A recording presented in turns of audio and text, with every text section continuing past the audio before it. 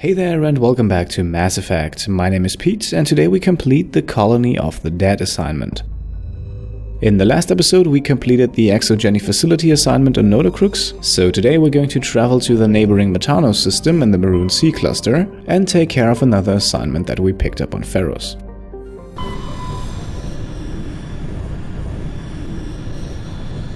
After entering the system we can of course do a bit of planet scanning. That allows us to grab some magnesium, a Prothean data disk, as well as some platinum. And then we can mark the planet Chaska where the assignment will take place and land.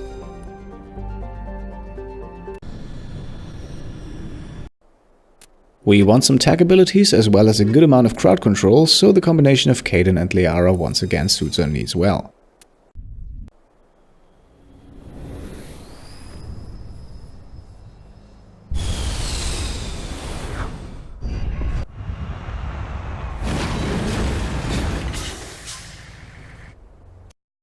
And after landing we can immediately mark our first point of interest on the minimap and then get moving.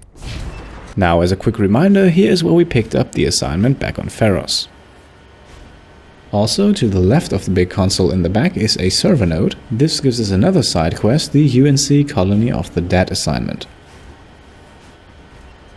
Now as you can see on screen, the text mentions the Cerberus group, and as far as I know this is actually the first time that Cerberus is mentioned by name, even though they have already been involved, but I will not spoil that for you.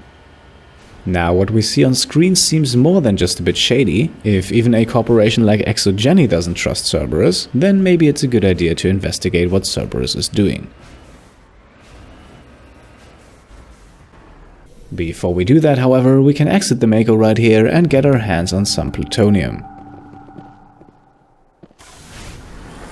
After heading back into the Mako, we don't really need to mark the next location on the map because we can already see it on the compass. So after a short but pretty bumpy ride, we can exit again here and grab some palladium. And now it is time to mark the first so-called civilian structure on the map and drive the Mako towards it. Now the name of the assignment pretty much spoils what we can expect here. Nonetheless, it serves as a very good first introduction to Cerberus. And this is also one of the reasons why I think playing these assignments is crucial. Not just because I'm a completionist, but because there is an abundance of information on Cerberus that exists in Mass Effect 1. And that information can easily be missed if you skip these assignments. In that case, you would then go into Mass Effect 2 where Cerberus emerges as one of the big players, with a very limited amount of knowledge about what drives this group. And I would bet that someone who has played all the assignments in Mass Effect 1 and has paid close attention to Cerberus' involvement there would probably be a lot more hesitant to work with them in Mass Effect 2. I don't want to spoil things too much here, I think we'll get into that once we discover a bit more about Cerberus. For now we are about to reach the first outpost, so let's hear what our squad has to say about it. Where is everybody? I have a bad feeling about this. Some Star Wars style foreshadowing going on here, and you might have just been able to see the first outlines of a red dot on the minimap. I think it comes to nobody's surprise that we will eventually have some combat here, and actually let's change eventually into right now. The first room of the civilian structure here is filled with Husks, who after a few encounters I now know are actually organic enemies, so the ammunition that we still have equipped from the fight against the Thorian creepers in the last episode is absolutely sufficient. The fight itself here is made a lot easier by the fact that the Husks do for some reason not decide to rush in all at once, so we can already pick a few of them off while the rest of them stay safely in the back. Nonetheless, our position here is a bit problematic because we can be engaged from the left and the right side, which makes crowd control and therefore biotic abilities on both Kaidan and Liara much more valuable. The occasional overload from Kaidan also does its trick, but in missions like this against Husks I would much rather have Liara, who has no tech abilities, than Tali, who has no biotic abilities. Another very useful ability for when the Husks are about to launch their tech explosion is Neural Shock. The instant knockdown effect from Neural Shock has the same effect that knocking them down with a weapon has, and while the explosion still occurs, we take no damage from it. Alright, last enemy taken care of. This was a rather quick and uneventful fight. Now the real highlight begins, and that is looting the place. For some reason, the 3 structures that we have to visit for this assignment have an insane amount of loot in them. So let's begin things with the crate in the back right corner of the room. In case you take some damage in this fight, there is also a first aid station on the wall over here. We are fully stocked on med gel, so I'm just looting it for the sake of completion. Now the rest of the loot is upstairs, so let's head there next. Through the door to the right and in the back you can already see 3 storage lockers. That is not all, however, there is also an upgrade kit as well as a wetware kit to the left over here. Now let's quickly loot all 3 storage lockers and then have a look at what we just received.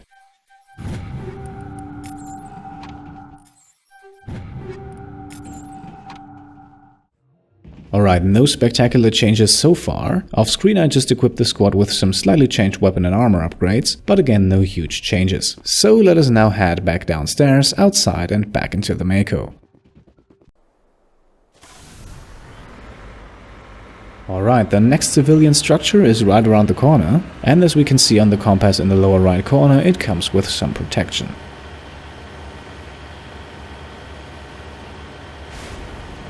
That protection is nothing special, however, just another small group of Husks.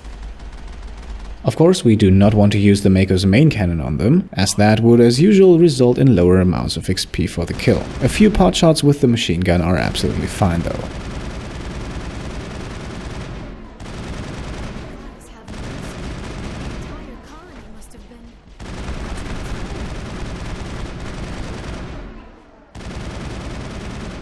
Alright, that is the small welcome party taken care of. Let us now go inside and see what the second structure holds for us. And of course, because we're lazy, we're taking the Mako right to the doorstep. Inside, a very similar picture. Another large room, another group of Husks. Once again, none of our enemies seem overly eager to engage here, so we can already take the first 2 out before the rest of them makes a move. 2 down, a few more still to go, but all in all the fight here is not too challenging. That might also have to do with the fact that we are slowly getting to a point where our talents and our weapon upgrades are boosting our damage output quite significantly. Just to put that into perspective, Shepard's current assault rifle has a base damage output of 294, however, thanks to having put points in assault rifles, assault training and commando, we can boost that by 45%. Add to that the fact that shredder rounds give another 40% damage increase against organic enemies, and while I don't know exactly how these damage multipliers are applied, so please let me know in the comments below if you have an idea how that works, we should still come out with a damage output of above 500 pretty easily. We are now left with a small group of 3 Husks, who we can hit with a lift and a sabotage to neutralize them for the moment, and then proceed to take them out one after the other.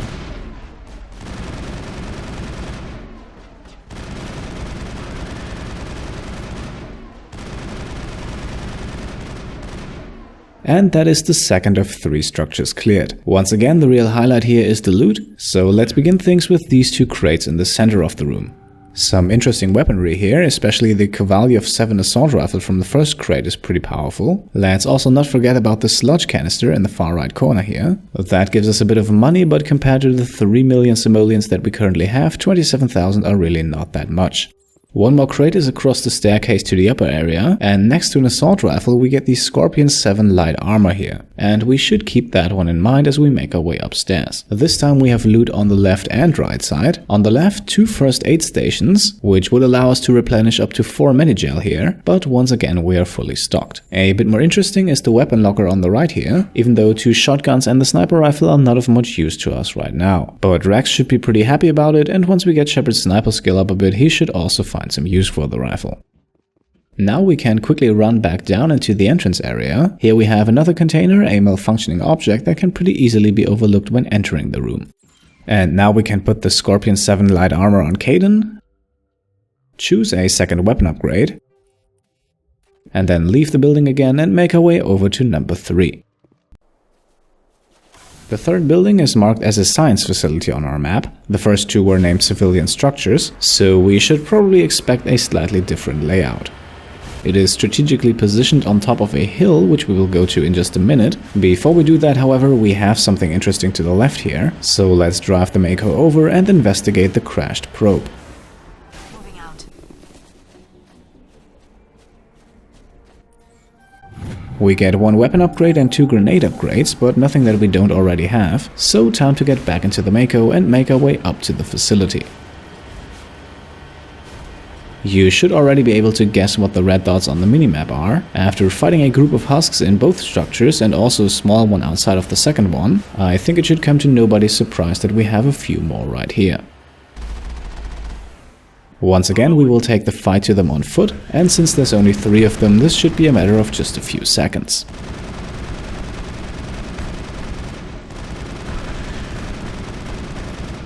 Lovely, let us now head inside of the science facility and see if we can't find out what happened to this colony of the dead.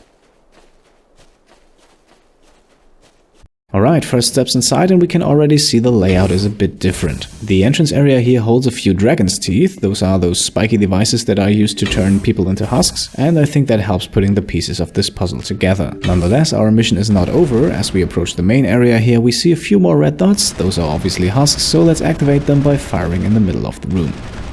And here's the first one, all by himself, so that allows us to quickly take care of him.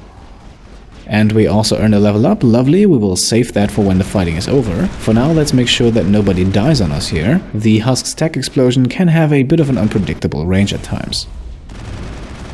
A look on the compass and I think we got lucky here. The Husks seem to approach in 2 tightly huddled together groups. This is not always the case here, but of course makes it a lot easier for us because we can hit them all at once with a biotic ability like Lift or Singularity.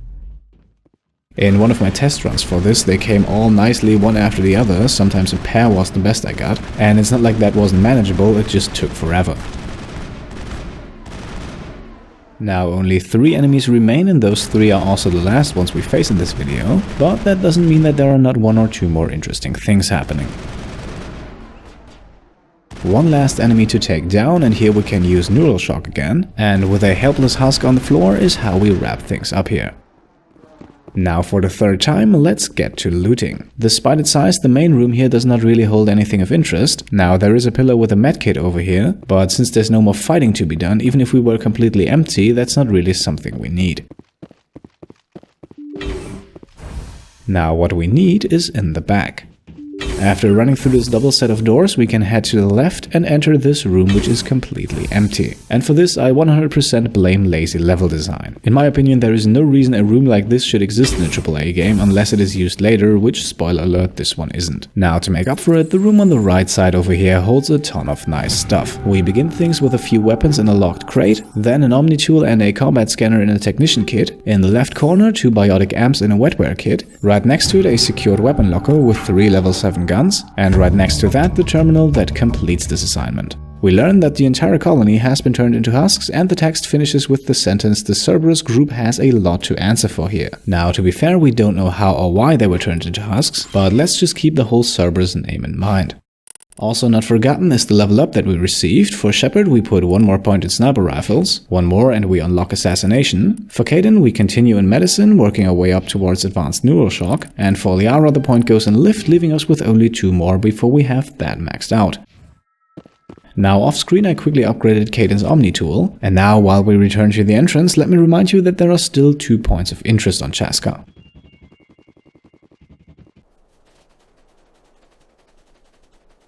After returning to the Mako, we can now mark the first one on the map, and this is by far the more interesting one. Now you might remember the Prothean beacon that we interacted with briefly on Eden Prime. You might also remember the Prothean ruin on Elitania. Apart from that and the occasional Prothean data disk, the extinct race of the Prothean has surely been mentioned a lot, but we haven't really seen a lot of their remains. And that is now about to change. As we drive up the hill here, we discover a Prothean pyramid. It is sadly never explained why these pyramids exist or what they were used for, but it is one of the very few occasions where we see the actual remains of a civilization that is heavily featured in this game.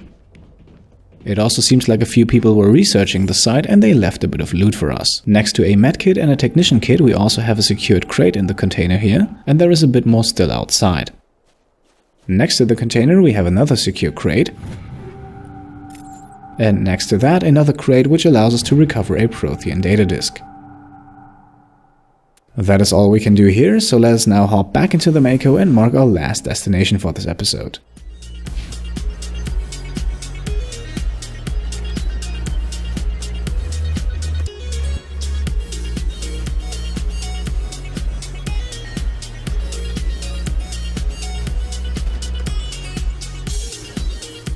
And in comparison to the Prothean pyramid, the beryllium deposit here is surely a bit disappointing, but it gives us a few XP and credits, and with that we have now actually completed everything there is to do in the Maroon Sea Cluster. We took care of business on the MSV Cornucopia, then on Nodacrux in the last episode, and we now got our first introduction to Cerberus here on Chaska. And with all of that completed, let's make a cut in this episode. I plan to do the very long UNC Geth Incursions assignment in the next one. This will span over 5 different planets in the Armstrong Nebula, and ultimately leads us to Tali's squadmate mission. I'm not sure if I'll be able to get all of that done in one video. We might have to split it, but that's for later. For now I can say thanks for watching, and I'll see you next time. Cheers.